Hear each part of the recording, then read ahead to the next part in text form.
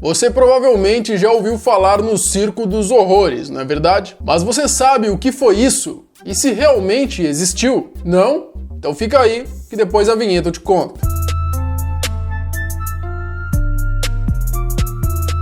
E aí, beleza? Eu sou o Marcelo e você está no canal Não Adivinhe. E você mesmo que está assistindo esse vídeo e ainda não está inscrito no canal, se inscreve aí, é só clicar nesse botãozinho vermelho aí embaixo. E não esquece de ativar o sininho também para poder receber as notificações dos próximos vídeos que saem segunda, quarta e sexta-feira. E é claro, se quiser me enviar alguma sugestão de vídeo, pode me enviar no Instagram, @freitasmarcelo93. Galera, semana passada eu fiz um vídeo falando sobre a verdadeira história do Dumbo, aquele elefantinho orelhudo da Disney. E é bem triste a história dele. E nesse vídeo, no final dele, eu perguntei para vocês se vocês queriam que eu fizesse algum vídeo falando sobre o Circo dos Horrores, a história, contando um pouquinho da história. E é claro, muitos de vocês pediram e aqui está o vídeo de hoje, vamos falar sobre isso.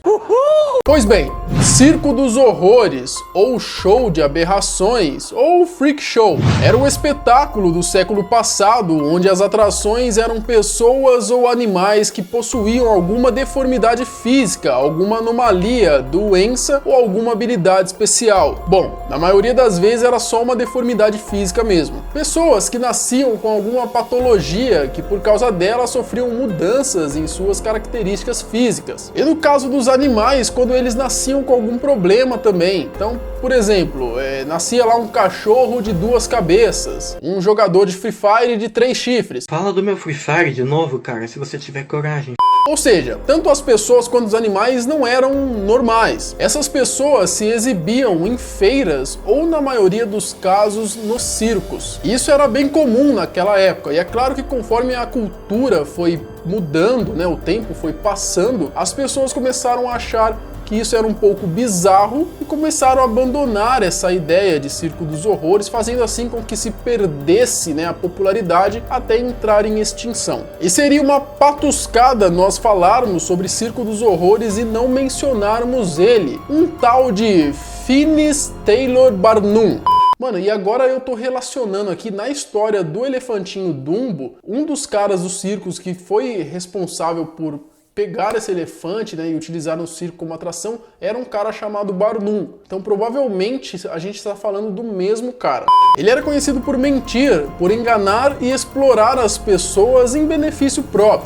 Vagabundo! Barnum se aproveitava da condição dessas pessoas deficientes, que na maioria dos casos, quando sobreviviam, eram abandonadas pela família e viviam à margem da sociedade. Então olha só que mancada, a pessoa ela tem um filho, o filho nasce com algum problema, alguma deficiência, ela ao invés de dar mais atenção para o filho, acaba abandonando ele. Isso me lembrou até o vídeo que eu fiz recentemente daquele bebezinho que nasceu com aquela síndrome de Arlequim, né? Então ele tinha a pele tudo estranha, e em alguns casos, quando o bebezinho nasce assim, a mãe acaba abandonando o filho. Ou seja, gente arrombada existe desde o século passado e até nos dias atuais. Isso pra mim é uma vadia. Bom, voltando ao pilantra do Barnum, de certo modo, as pessoas que eram resgatadas por ele para fazer parte de suas apresentações viam Barnum como um salvador. E apesar delas serem exploradas, agora elas tinham um lugar onde poderiam chamar de lar e conviver com outras pessoas que também sofrem dos mesmos preconceitos que elas. E de certa maneira, essas pessoas também gostavam, porque as pessoas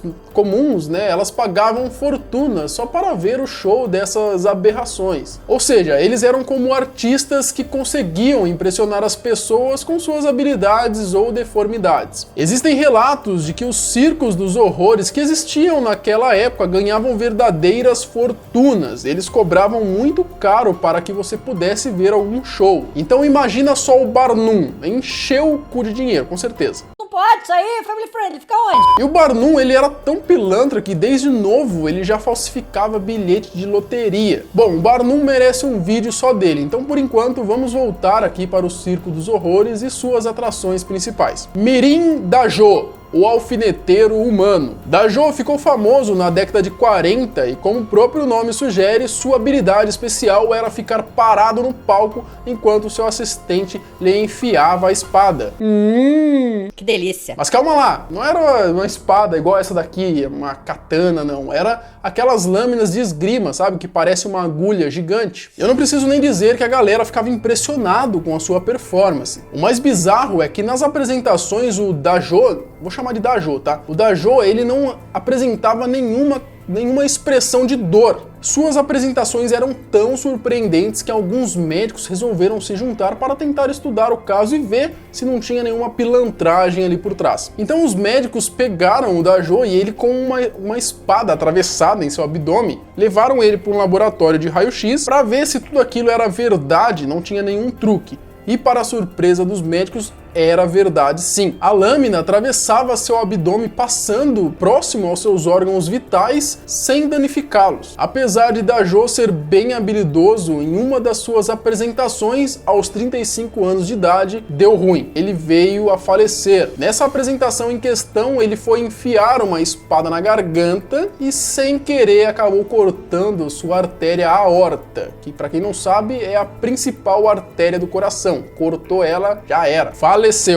Se fudeu. Grady Franklin. Calma.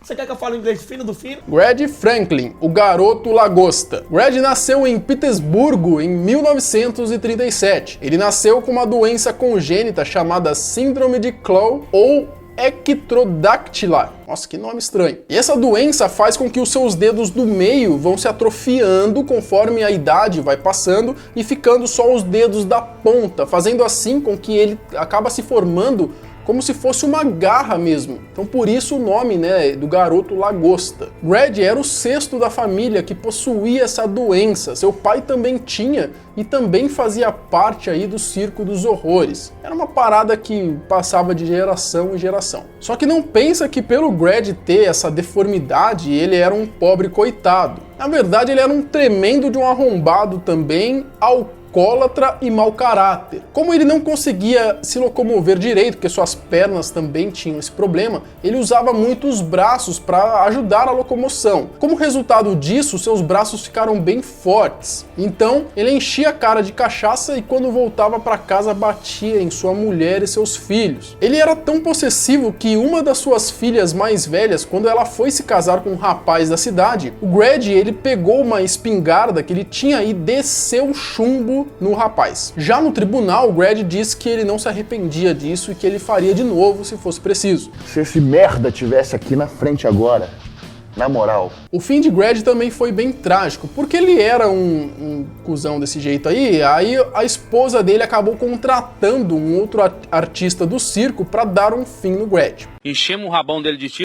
Lúcia Zarate, a menor mulher do mundo. Lúcia era portadora de ananismo primordial acefálico do tipo 2. Ela nasceu no México em 1890. Quando ela completou 18 anos, pesava menos de 2 quilos e dizem que ela tinha em torno de 60 centímetros de altura. Pipi Flip, as gêmeas Yucatán. Eram duas gêmeas que nasceram com uma falha no desenvolvimento neurológico. Elas tinham microcefalia. E sim, a galera achava bem bizarro isso e elas eram uma das atrações principais do circo. O gordo e o magro, boxeadores. Eles eram boxeadores circenses e, bom, o título é autossugestivo. Um era muito baixo e muito gordo e o outro era muito alto e muito magro. Não me diga. Como eles faziam um contraste enorme, a galera adorava ver os dois lutando. Diziam que as apresentações dos dois eram mais cômicas, mais pra uma coisa de palhaços. O Homem Coruja. Martin Laurello tinha uma estranha habilidade. Ele conseguia girar a sua cabeça a 180 graus, como se fosse uma coruja mesmo. Dá só uma olhada aí, que bizarro.